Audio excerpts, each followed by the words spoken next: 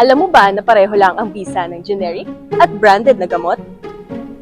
Alam mo ba na pwede ka makatipid ng halos kalahati ng presyo sa generic kumpara sa branded na gamot? At alam mo ba na pwede mo nang i-check at ikumpara ang presyo ng gamot bago ka bumili sa butika? Gamitin ng DOH Drug Price Watch. Paano? This is how we do it. Sa DOH Drug Price Watch, pwede mo makita ang pinakamurang presyo ng gamot at ang pinakamalapit na butika sa iyo.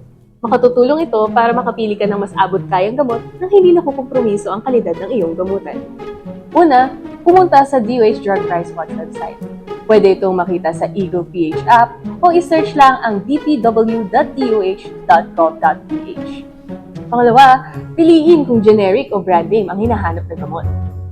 I-type ang pangalan at dose ng gamot na hinahanap.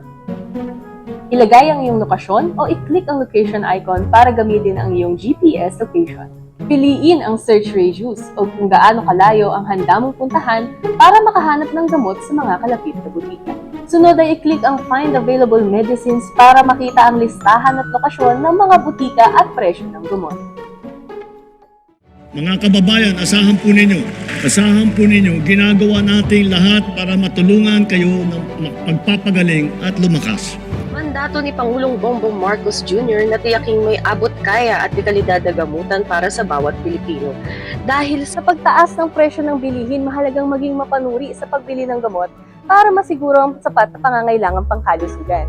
Kaya gamitin ang DOH Drug Price Watch website, and that is how we do it.